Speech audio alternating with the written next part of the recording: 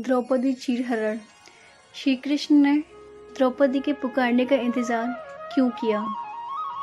उद्धव कहते हैं, हे कृष्ण, आप पांडवों के आत्मीय प्रिय मित्र थे।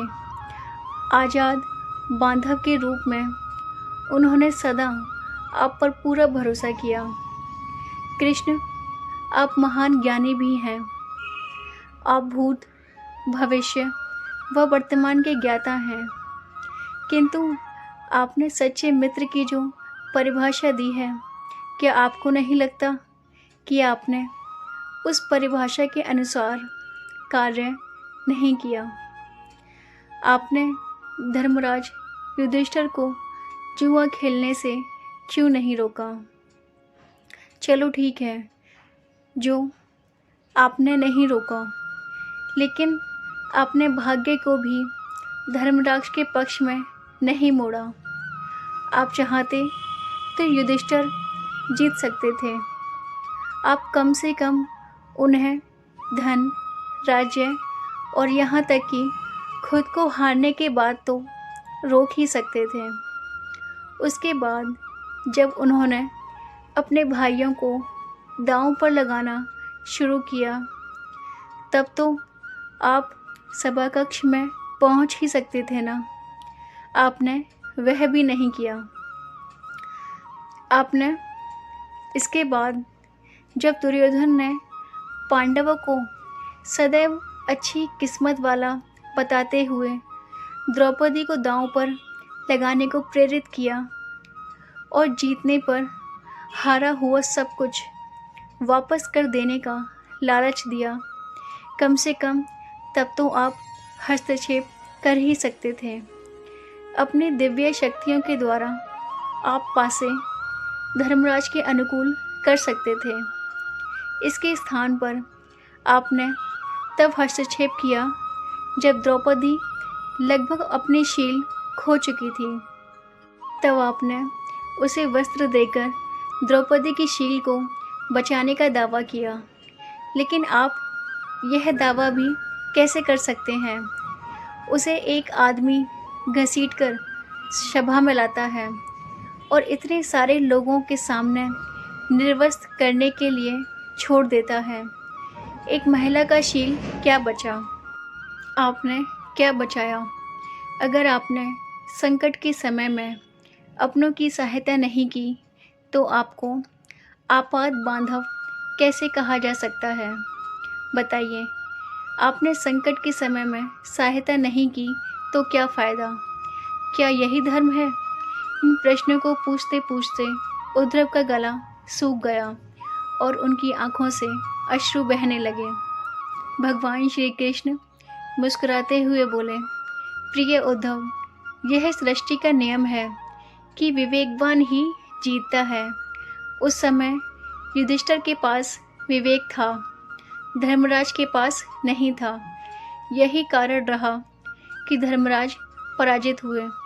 उद्धव को हैरान परेशान देखकर कृष्ण जी आगे बोले, दुर्योधन के पास जुआ खेलने के लिए पैसा और धन तो बहुत था, लेकिन उसे पासों का खेल खेलना नहीं आता था। इसलिए उसने अपने मामा शकुनी का धृतकीड़ा के लिए उपयोग किया। यही विवेक है। धर्मराज भी इसी प्रकार सोच सकते थे और अपने चचेरे भाई से पेशकश कर सकते थे कि उनकी तरफ से मैं खेलूँगा। जरा विचार करो कि अगर शकुनी और मैं खेलते तो कौन जीतता? पासे के अंक उनके अनुसार आते या मेरे अनुसार? चलो इस बात को जाने दो। उन्होंने मुझे खेल में शामिल नहीं किया।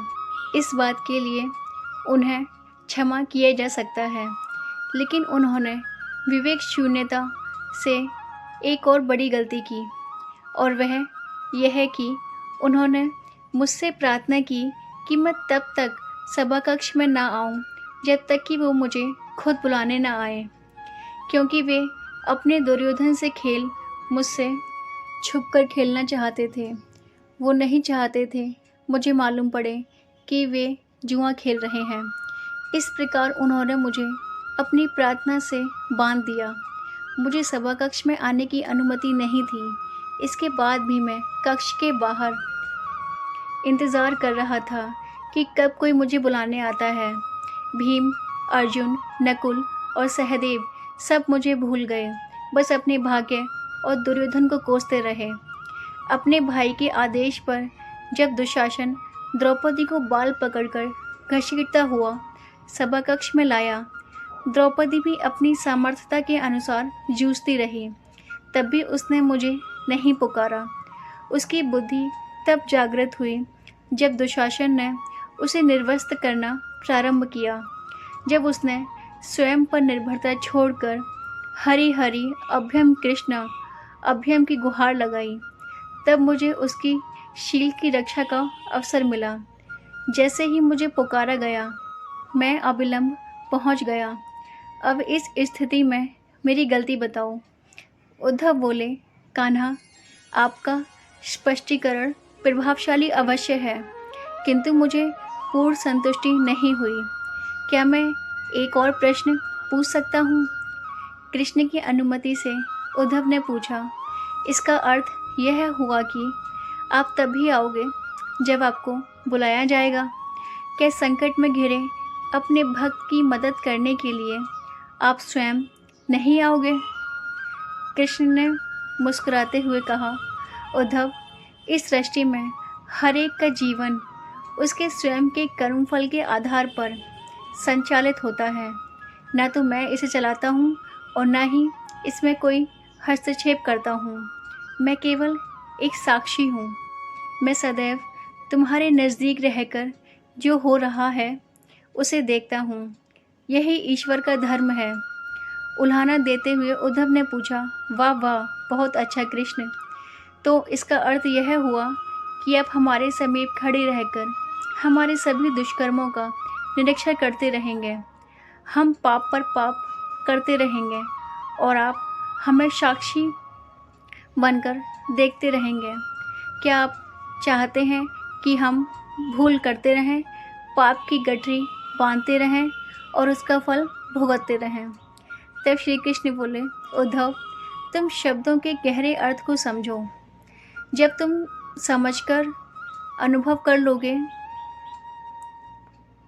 कि मैं तुम्हारे समीप साक्षी के रूप में हर पल हूँ, तो क्या तुम कुछ भी गलत या बुरा कर सकोगे? तुम निश्चित ही रूप से कुछ भी बुरा नहीं कर सकोगे। जब तुम यह भूल जाते हो और यह समझने लगते हो कि मुझसे छुपकर कुछ भी कर सकते हो, तभी तुम कठिनाइयों में फंसते हो।